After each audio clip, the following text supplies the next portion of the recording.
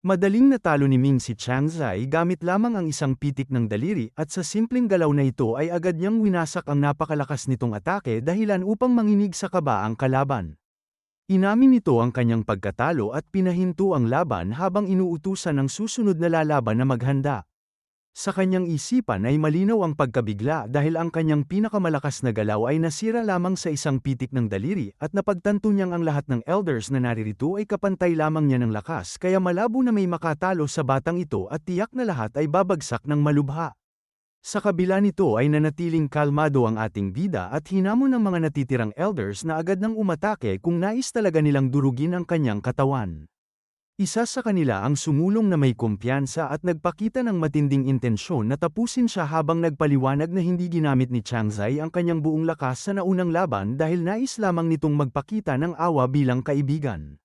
Ngunit sa kabila ng paliwanag na ito ay nagbago ang tono ng babae at ipinahayag na matagal na mula nang huli siyang pumatay ng isang tunay na henyo at ngayon ay handa na siyang kitilin ang buhay ng batang nasa harapan niya. Agad niyang pinakawalan ang kanyang kapangyarihan kung saan ang paligid ay nabalot ng isang ghost shadow at ang kanyang presensya ay halos maglaho habang umiikot sa paligid ni Ming na tila isang aninong walang bakas. Sa sandaling umatake mula sa dilim ay mabilis na umiwas si Ming at sa isang iglap ay nahawakan niya ang leeg ng babae na parabang nakita niya ang galaw nito kahit wala itong bakas. Hindi man lang napansin ng babae kung kailan siya nahuli kaya labis ang kanyang pagkagulat at hindi niya maintindihan kung paano natunto ng kanyang perpektong teknik na kahit mga Divine Master ay hindi kayang maramdaman. Sa sandaling ito ay pinakawalan ni Ming ang kanyang Tai Divine Power at sa tulong nito ay malinaw niyang nakikita at natutukoy kung saan manggagaling ang bawat pag-atake. Ipinahayag niya na kung ang ghost shadow nito ay hindi matunto ng iba ay tila napakalayo pa ng antas ng kalaban kumpara sa kanyang sariling kakayahan. Habang hawak pa rin niya ang babae ay biglang sumugod ang isang matabang elder na may hawak na espada at buong lakas na umatake kay Ming ngunit sa isang simpleng galaw ay naitabig ng ating bida ang atake pabalik at sa banggaan ng kamay ni Ming at sandata ng kalaban ay agad na nabasag ang espada ng kalaban. Labis ang pagkagulat ng elder dahil isang royal weapon ang kanyang gamit ngunit napakadali nitong nasira sa harap ng lakas ni Ming. Hindi na nag-aksaya ng oras ang ating bida at basta na lamang inihagis ang babaeng hawak niya patungo sa matabang elder dahilan upang sabay silang tumilapon at bumagsak sa pader at tuluyang mawalan ng malay. Sa labas ay bahagyang sumilip si Luda at nakita ang nangyari habang napapanganga sa lakas ni Ming at naalala ang kanyang babala na kapag patuloy nitong tatalunin ang mga elders ay mas marami pa ang darating. Isa-isang bumagsak ang lahat ng elders hanggang sa iisa na lamang ang natitira at hinarap ito ni Ming ng may kumpiyansa at hinamon na ipakita ang tunay nitong lakas dahil malinaw na ito ang pinakamalakas sa kanilang lahat. Ngunit sa halip na makipaglaban ay agad nitong inamin ang sariling lakas ngunit nag-alinlangan sa posibilidad ng tagumpay kaya nagmungkahi na lamang ito ng tabla upang maging mas madali ang resulta para sa kanilang dalawa at mabilis na makapasa si Ming sa pagsubok. Sa sandaling ito ay napagtanto ni Ming na mas makabubuti sa kanya ang alok kaya agad niyang tinanggap ang mungkahi at nagpanggap na pagod na upang maging natural ang desisyon. Dahil dito ay masayang tinanggap ng huling elder ang resulta at agad na itinuring na nakapasa si Ming sa pagsusulit. Dahil sa ipinakitang kakayahan ay nabigyan si Ming ng mataas na grado at direktang pinayagang makapasok sa inner area ng sect. Sa labas ng academy ay makikita si Ruzo kasama si Little Qiang na bumalik na sa anyong tao at kapwa naghihintay habang nag-uusap tungkol sa kalagayan ng kanilang master. Nais malaman ni Ruzo kung nakapasa na ba si Ming sa pagsusulit matapos ang 3 araw habang si Little Qiang ay nanatiling kalmado at may buong tiwala sa lakas at kakayahan ng kanilang master kaya naniniwala itong tiyak na magtatagumpay ito. Gayunpaman ay napunta ang usapan sa kanilang sarili dahil napagtanto nila kung gaano sila nasanay sa pag-aalaga ni Ming sa kanila at kung paano sila mamumuhay ng mag-isa sa lugar na ito. Matapos nito ay muling lumitaw si Xiao Bao na agad na itinuro ang nasa unahan kaya napansin ito ni Little Qiang at nagtanong kung may nakikita itong kakaiba o isang espesyal na kayamanan na maaaring tumukoy sa isang mahalagang treasure dahil kilala si Xiao Bao bilang isang treasure hunting mouse. Gayunpaman ay hindi agad na unawaan ni Ruzu kung ano ang tinutukoy nito kaya iminungkahi nitong pumunta muna sila sa hotel sa unahan upang kumain dahil nakakaramdam na ito ng gutom. Agad silang nagtungo sa loob ng hotel at umupo upang kumain habang napansin ng mga taong naririto ang kanilang kakaibang gana sa pagkain dahil tuloy-tuloy nilang kinakain ang demon meat na mula sa isang 8th level demon na karaniwang kinakain ng dahan-dahan kahit ng mga martial masters. Ngunit sa harap ng lahat ay tila walang kahirap-hirap itong kinakain ni Naruzu at Little Kiang kaya nagdulot ito ng pagtataka sa mga nakamasid. Patuloy na naghahain ang mga manggagawa ng mga putahe habang kumakain ng komportable ang dalawa at napansin ng ilan ang kakaibang anyo ni Little Kiang lalo na ang mga sungay nito kaya nag-usap ang ilan kung posible bang isa itong halimaw na nag-anyong tao. Habang nagaganap ang lahat ay muling itinuro ni Xiao Bao ang nasa unahan kaya napatingin si Naruzu at Little Kiang at nakita ang isang babaeng nakaupo doon na tila may hawak na isang bagay na mahalaga bagaman hindi pa malinaw kung sino siya at kung ano ang kanyang papel sa kwento. Ipinahayag ni Xiao Bao na may nakita itong isang treasure sa babae kaya muling napatingin ang dalawa at nakita na ang itsura ay kahawig ni Meiru. Napagdesisyonan ni Little Kiang na may mahalagang bagay na nasa babae kaya iminungkahi nitong kumain muna sila bago kumilos at agawin ang treasure. Nakipagtulungan si Xiao Bao sa plano at naghintay sila ng tamang pagkakataon habang patuloy na nakatuon ang atensyon ni Little Kiang sa babae. Matapos ang ilang sandali ay natapos kumain ang babae at naghanda ng umalis kaya agad na kumilos si Little Kiang at mabilis na tumakbo papunta rito. Sa sandaling nagkasalubong sila ay sinadya nitong banggay ng babae at sa isang iglap ay nakuha ang hawak nitong bagay nang hindi napapansin at agad na nagkunwaring nagmamadali habang humihingi ng paumanhin. Sa bilis ng pangyayari ay nakalabas si Little Kiang sa hotel dala ang ninakaw habang ang babae ay napatingin lamang sa kanya mula sa likuran. Agad itong nagtungo sa likod ng hotel at huminto malapit sa pader habang iniisip na hindi siya nahuli at hindi rin nalaman ng babae ang nangyari. Pagbukas ng kanyang palad ay nakita nito ang isang maliit na bato na ikinagulat niya dahil wala itong nakikitang halaga mula sa kahit anong anggulo kaya naisip niyang nagkamali si Xiao Bao sa pagtukoy nito bilang treasure. Sa kabila nito ay patuloy na ipinapahiwatig ni Xiao Bao na ito ay isang mahalagang bagay. Sa hindi inaasahang pagkakataon ay dumating ang babae nang hindi man lang naramdaman ni Little Kiang ang presensya nito kaya lalo itong nagulat nang magsalita ang babae at ipaliwanag na ninakaw niya ang isang mahalagang bagay nang hindi man lang nauunawaan ang tunay nitong halaga dahil ang jade na ito ay isang napakahalagang item. Dahil dito ay nabigla si Little Kiang at agad na napagtanto na nahuli siya kaya nagpa siya itong ibalik ang bagay habang sinusubukang tumakas sa sitwasyon. Gayunpaman ay nanatiling nagtataka si Xiao Bao kung paano nagawang makalapit ng babae ng ganoon kabilis nang hindi nila namamalayan. Agad na nasalo ng babae ang bato ngunit ipinakita na hindi basta-basta makakatakas si Little Kiang matapos magnakaw at hindi rin siya madaling mapapatawad. Nanatili ang babae sa kanyang pwesto at pinakawalan ang kanyang kapangyarihan na agad bumalat kay Little Kiang at tuluyang isinelyo ang kanyang galaw kaya bumagsak ito mula sa itaas pababa nang walang kakayahang makawala. Sa gitna ng kanyang paghihirap ay napagtanto nito na ang kapangyarihang ginamit ng babae ay isang uri ng supernatural na puwersa na habang sinusubukan niyang kumawala ay lalo lamang humihigpit na parang tali at unti-unting hinihigop ang kanyang cultivation power kaya hindi na niya kayang makalaya. Habang pabagsak ay nagtanong si Little Kiang kung ano ang balak gawin sa kanya at sinubukan itong magbanta sa pamamagitan ng pagbanggit na may isang malakas na nakatatandang kapatid na maaaring magparusa sa babae. Lumapit ang babae at ipinakita na hindi siya natitinag sa mga banta ni Little Kiang at tinukoy itong isang maliit na dragon na walang kakayahang takutin siya. Nagulat si Little Kiang na nalaman ng babae ang kanyang tunay na anyo kaya sinubukan itong ipaliwanag ang sarili at nagbanta muli na kung siya ay sasaktan ay hindi ito palalampasin ng kanyang master na isang napakalakas na nilalang. Sa sandaling ito ay dumating si Ruzu at agad na pinitik si Little Kiang na ikinagulat ng babae dahil hindi niya man lang naramdaman ang pagdating nito. Ipinakita ni Ruzu na hindi lamang siya isang ordinaryong martial god kundi isang makapangyarihang mandirigma habang pinapagalitan si Little Kiang dahil sa paglalagay sa kanila sa alanganin at sa ginawa nitong pagnanakaw. Ipinaliwanag ni Little Kiang na ginawa lamang nito ito bilang kalokohan at upang takutin ang babae dahil alam nitong kung malaman ng kanilang master ang ginawa nito ay si Ruzu mismo ang mapaparusahan.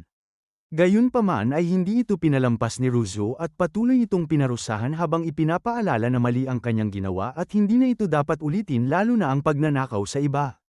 Tahimik na pinanood ng babae ang lahat at napansin ang ugnayan ng dalawa kaya nagtanong kung si Ruzu ba ang master ng batang ito. Ipinaliwanag ni Ruzu na hindi siya ang master kundi magkapatid sila sa iisang master at pareho silang disciple kaya ipinakita nito ang kanilang tunay na relasyon.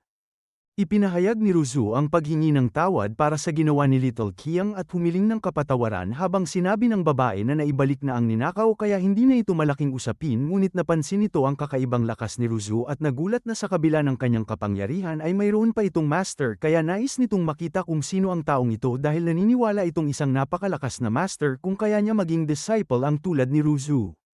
Ipinaliwanag ni Ruzu na ang kanyang master ay hindi isang malakas na master o isang makapangyarihang martial god kundi isang martial dominator pa lamang na bagong umabot sa antas na ito kaya mababa pa ang kanyang kasalukuyang cultivation ngunit naniniwala siyang sa hinaharap ay magiging napakataas ng kanyang mararating kaya kung nais ng babae ay maaari niya itong dalhin upang makilala ang kanyang master. Tinanggap ng babae ang alok at nagpahayag ng interes na makita ang isang taong may malaking potensyal sa hinaharap dahil nais nitong malaman kung gaano ito kalakas at kahanga-hanga kaya lalo itong naging sabik na makilala si Ming. Sa sumunod na tagpo ay makikita si Ming sa kanyang silid habang tahimik na nakaupo at nagko-cultivate sa isang kalmadong kapaligiran. Sa sandaling dumating si Ruzu, Little Qiang, at ang babae ay agad itong naramdaman ni Ming at tinanong kung bakit sila naririto. Ipinakita ni Ruzu si Little Qiang habang ipinaliliwanag na naging magulo ito at sinubukang magnakaw kasama si Xiao Bao ngunit nahuli sila ng babae ngunit hindi sila pinarusahan dahil sa kabutihan nito kaya dinala niya ito upang makilala ang kanilang master. Magalang na hinarap ni Ming ang babae at humingi ng paumanhin para sa nagawang pagkakamali ni Little Qiang habang ipinapakita ang kahandaang tanggapin ang anumang kaparusahan na ibibigay nito. Sa kanyang isipan ay malinaw na nauunawaan ng ating bida na sila ang may pagkukulang kaya kailangan niyang resolbahin ang sitwasyon ng mahinahon at handa siyang magbigay ng kabayaran o hayaang maparusahan si Little Qiang kung ito ang nararapat. Ipinahayag ng babae na alam nitong si Little Qiang ay isang dragon na nag-anyong tao kaya humingi ito ng kapalit at iminungkahi na putulin ang isang bahagi ng laman nito dahil itinuturing na napakasarap ang karne ng isang dragon. Sa takot ay agad nagtago si Little Qiang sa likod ni Ruzu at umiyak habang tumatangging ibigay ang kanyang laman dahil batid nitong ikamamatay niya ito. Sa puntong ito ay nagalit si Ming at ipinakita na karapat-dapat lamang maparusahan si Little Qiang dahil sa kanyang nagawang mali at itinuring pang ang magaan ang hinihinging kaparusahan ng babae kumpara sa bigat ng kanyang kasalanan. Dahil naaawa kay Little Qiang ay dali-daling kumuha si Ming ng isang bagay mula sa kanyang storage ring habang nakikiusap na huwag na lang itong saktan at sa halip ay magbigay na lamang siya ng kabayaran. Inilabas nito ang isang soul-nourishing mushroom at inialok ito bilang kapalit ngunit tinanggihan ito ng babae at ipinahayag na wala siyang pangangailangan sa ganitong uri ng bagay dahil marami na siyang katulad nito. Nagulat si Ming sa narinig kaya napagtanto nito na ang babae ay hindi pangkaraniwan dahil ang pagkakaroon ng maraming ganitong uri ng kayamanan ay nagpapakita ng kanyang lakas at yaman. Dahil dito ay naglabas si Ming ng iba pang mahahalagang bagay mula sa kanyang storage ring na nagmula sa Xuanshan Great World at ipinakita ang mga ito bilang kabayaran na maaaring magustuhan ng babae. Sinuri ng babae ang tatlong item at kinilala na ang mga ito ay tunay na napakahalaga dahil may kakayahan nitong mapanatili ang kabataan ng sinumang gagamit kaya malinaw na hindi ito matatagpuan sa mundong ito at tanging sa Xuanshan Great World lamang nagmumula. Dahil dito ay napagtanto ng babae na si Ming ay hindi rin pangkaraniwan at may koneksyon sa mas mataas na mundo. Gayunpaman ay ipinaliwanag ng babae na ang mga bagay na ito ay wala ring pakinabang sa kanya dahil kahit isa na siyang god ay nananatili pa rin ang kanyang anyo bilang isang batang babae kaya wala siyang pangangailangan na gamitin ang mga ito. Sa kabila nito ay tinanggap pa rin niya ang mga item dahil naniniwala siyang magiging mahalaga ang mga ito kapag natagpuan niya ang kanyang anak balang araw. Dahil dito ay nagtanong si Ming kung paano siya nahiwalay sa kanyang anak sa kabila ng kanyang lakas at kung paanong may kakayahang paghiwalayin sila ng sinuman. Ipinahayag ng babae na hindi lamang simpleng paghihiwalay ang nangyari kundi pati ang kanyang alaala tungkol sa kanyang anak ay tuluyang nabura kaya wala siyang maalala tungkol dito maging ang ama, mukha, pangalan, at lokasyon nito ay hindi niya matandaan dahil sa isang pangyayaring tuluyang nagtanggal ng bahaging ito ng kanyang alaala. Sa kabila ng kawalan ng alaala ay patuloy pa rin ang kanyang paghahanap at hindi siya sumusuko sa pag-asang muling makita ang kanyang anak. Idinagdag pa nito na may iisa lamang siyang naaalala tungkol sa bata at ito ay ang dalawang marka malapit sa mga mata nito na kahawig ng dalawang marka na nasa kanyang noo. Habang pinagmamasdan ni Ming ang dalawang marka malapit sa mga mata ng babae ay bigla nitong naalala na tila nakita na niya ang mga ito noon kaya agad itong nagtanong kung may kaugnayan ba ito sa Tianhu family. Nabigla ang babae sa pagbanggit ng pangalang ito at agad na nagtanong kung paano nalaman ni Ming ang tungkol sa Tianhu family habang ipinahayag na siya ay nagmula doon. Dahil dito ay sinabi ni Ming na maaaring malutas ang problema ng babae dahil may kilala itong isang tao na maaaring kanyang anak. Ipinaliwanag ng ating bida na may nakilala siyang isang babae na ang pangalan ay mayroon na kalahating tao at kalahating fox, at ayon sa kwento nito ay iniwan siya ng kanyang ina matapos siyang ipanganak kaya wala itong alaala tungkol dito. Idinagdag pa ni Ming na ang dalawang marka sa itaas ng mga mata ng babaeng ito ay eksaktong kapareho ng nasa harapan niya ngayon at maging ang kulay ng buhok ay pareho rin kaya malaki ang posibilidad na ito ang kanyang anak. Sa puntong ito ay agad na kinumpirma ng babae ang pangalan na Mayro at labis itong napatulala sa posibilidad na natagpuan na niya ang hinahanap.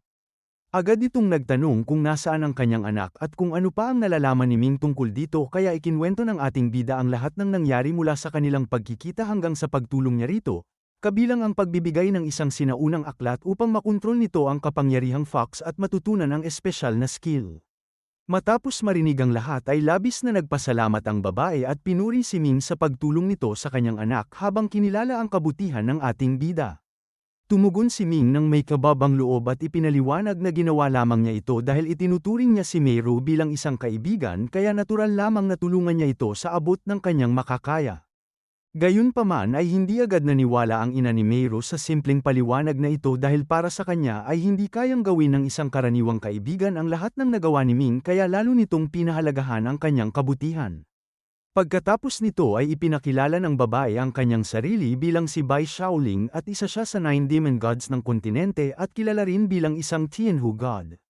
Ikinwento ni Bai Shaoling na iniwan niya ang kanyang anak dahil sa isang mahalagang pangyayari sa kanyang cultivation kung saan kailangan niyang pumasok sa seclusion upang maabot ang ikatlong antas ng martial arts kaya napilitan siyang iwan ang kanyang anak at ama nito.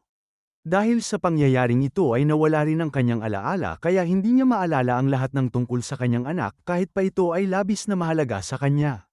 Idinagdag pa ni Ming na madalas umupo mag-isa si Mayro at umiiyak habang iniisip ang kanyang ina kaya ramdam nito ang sakit at pangungulila ng kanyang anak. Sa kabila nito ay tiniyak niyang kung nais makita ni Bai Shaoling si Mayro ay maaari itong pumunta sa Qinlong Academy dahil nandoon pa rin ito. Ipinaliwanag naman ni Bai Shaoling na hindi ganoon kadali ang pagharap sa kanyang anak sa ngayon dahil matagal na silang hindi nagkita at maaaring hindi agad maintindihan ng bata ang kanyang sitwasyon lalo na ang pagkawala ng kanyang alaala kaya ipinangako nitong pupuntahan niya ito matapos ang kanyang kasalukuyang gawain. Matapos nito ay ibinahagi ni Bai Shaoling na may isang problema siyang kailangang lutesin at bagaman nais niya itong gawin ng mag-isa ay nagbago ang kanyang isip dahil sa kabutihang ipinakita ni Ming sa kanyang anak kaya nais niya itong isama sa isang misyon na makakatulong din sa kanya. Ipinaliwanag ni Bai Shaoling na pupunta sila sa isang misyon kung saan papatayin nila ang isang demon god at kukunin ang lahat ng kayamanang naipon nito kaya nagtanong si Ming kung posible ba nilang talunin ang isang martial god at kunin ang kayamanan nito. Nilinaw ni Bai Shaoling na ang kanilang target ay hindi isang ordinaryong martial god kundi isang demon god na nabuhay na sa loob ng libu-libong taon at isa ring dating miyembro ng 9 demon gods kaya ang kayamanang makukuha nila ay ang lahat ng naipon nito sa mahabang panahon na tiyak na napakalaki ang halaga. Naging masaya si Ming sa ideyang ito dahil alam nitong ang isang demon god ay siguradong may napakaraming kayamanan kaya kung makukuha niya ang lahat ng ito ay lubos siyang yayaman. Gayunpaman ay nagtanong pa rin si Ming tungkol sa lakas ng kanilang target dahil kung isa itong sinaunang demon god ay tiyak na napakalakas nito kaya nais nitong makatiyak kung kaya ba nilang isagawa ang plano. Ipinaliwanag ni Bai Shaoling na ang tinutukoy niya ay isang dating miyembro ng 9 demon gods mula pa noong napakatagal na panahon at kilala bilang flying demon god na bukod sa napakalakas ay kilala rin sa kanyang labis na pagmamataas. Ikinwento ni Bai Shaoling na bagaman hindi siya kabilang noon sa 9 demon gods ay dahil sa kanyang kagandahan at kabataan ay naging target siya ng flying demon god na kilala sa pagiging mapagnasa at masama ang hangarin. Ninais nitong pagsamantalahan siya at gumawa ng karumal-dumal na bagay kaya naganap ang isang matinding labanan sa pagitan nila kung saan sa huli ay nagtagumpay si Bai Shaoling at dahil dito ay siya ang isinama sa 9 demon gods habang ang flying demon god ay pinalayas.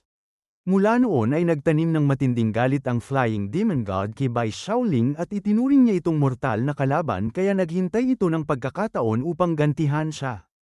Sa isang hindi inaasahang sandali ay nagsagawa ito ng palihim na pag-atake na ikinapahamak ni Bai Shaoling dahil hindi siya handa kaya hindi siya nakalaban ng maayos at nagtamo siya ng matinding sugat habang pilit na iniligtas ang sarili at tumakas mula sa panganib. Dahil sa tindi ng kanyang sugat ay hindi niya naisama ang kanyang anak kaya ang ama nitong tao ang nagdala sa bata pauwi at doon lumaki si Meiro kasama ang kanyang ama. Sa panahong ito ay hindi na nagawang balikan ni Bai Shaoling ang kanyang anak kaya napilitan siyang ituon ng pansin sa pagpapalakas upang balang araw ay matalo ang Flying Demon God at maprotektahan ang kanyang anak mula sa panganib. Nakahanap si Bai Shaoling ng isang lihim na lugar kung saan siya nagtuon ng cultivation upang pataasin ang kanyang kapangyarihan habang nananatiling ligtas ang kanyang anak sa piling ng ama nito. Ngunit sa hindi inaasahang pangyayari ay natuklasan ng Flying Demon God ang kanyang kinaroroonan at muling sumalakay kaya napilitan siyang lumaban matapos makaramdam ng panganib. Sa pagkakataong ito ay katatapos lamang ng kanyang breakthrough kaya tumaas ng malaki ang kanyang lakas at nagawa niyang salakayin ang Flying Demon God at muling makatakas. Gayunpaman sa gitna ng labanan ay nasira ang bahagi ng kanyang alaala na may kaugnayan sa pagsilang ng kanyang anak kaya tuluyan niyang nawala ang lahat ng alaala tungkol dito pati na ang ama nito. Matapos marinig ang lahat ay napagtanto ni Ming ang bigat ng sitwasyon kaya nagtanong ito kung paano nila haharapin ang isang kalaban na parehong makapangyarihan at puno ng galit. Ipinaliwanag ni Bai Shaoling na bagaman siya ay lumakas na sa paglipas ng panahon ay malaki rin ang posibilidad na mas naging malakas ang Flying Demon God kaya hindi niya tiyak kung kaya niya itong patayin. Inilahad ni Bai Shaoling ang kanyang plano kung saan aabalahin niya ang Flying Demon God sa labanan habang si Ming ay papasok sa treasure chamber nito upang kunin ang lahat ng kayamanan. Kung sakaling hindi nila ito matalo at mapilitan silang tumakas ay magiging malaking dagok pa rin ito sa kalaban dahil mawawala ang lahat ng kanyang naipon. Agad namang nagpahayag si Ming ng kumpiyansa dahil sanay ito sa pagkuha ng mga kayamanan at malinaw na handa siyang isagawa ang plano. Dahil dito ay ipinahayag ni Bai Shaoling na kung magtatagumpay sila ay magiging sapat ang kayamanang makukuha upang maging karapat-dapat si Ming bilang asawa ni Meiro kaya iniwan niya ang grupo upang maghanda at ipinangakong babalik kinabukasan upang isama si Ming sa pupuntahan. Pagkaalis ni Bai Shaoling ay napaisip si Ming kung ang alok ba ay isang simpleng misyon ng pagnanakaw o isang hakbang upang maging manugang siya habang iniisip din ang panganib ng gagawin ngunit alam niyang kung magtatagumpay siya ay mababayaran niya ang lahat ng kanyang mga utang. Ipinahayag ni Ruzu ang kanyang pag-aalala at sinabi na napakadelikado ng misyon kaya iminungkahi nitong siya na lamang ang pumalit kay Ming upang maiwasan ang panganib. Gayunpaman ay ipinaliwanag ni Little Qiang na ang Flying Demon God ay isang nilalang na kapag nakakita ng kalaban ay hindi ito pinapalampas at nagtatago ng galit kaya kung siya ay mahuhuli sa pagnanakaw ay hindi siya makakatakas at habang buhay siyang hahabulin nito. Sa kabila nito ay ipinakita ni Ming ang kanyang kumpiyansa at sinabi na kung hindi man mapatay ang kalaban ay tiyak na mapipinsala ito ni Bai Shaoling kaya hindi agad ito magiging banta sa loob ng mahabang panahon. Napagtanto ni Ming na upang matagumpay na makuha ang kayamanan ay kailangan niyang baguhin ang kanyang pagkakakilanlan dahil tiyak na makikita ng Flying Demon God ang mukha ng sinumang magnanakaw at yun ang magiging target ng kanyang galit habang buhay.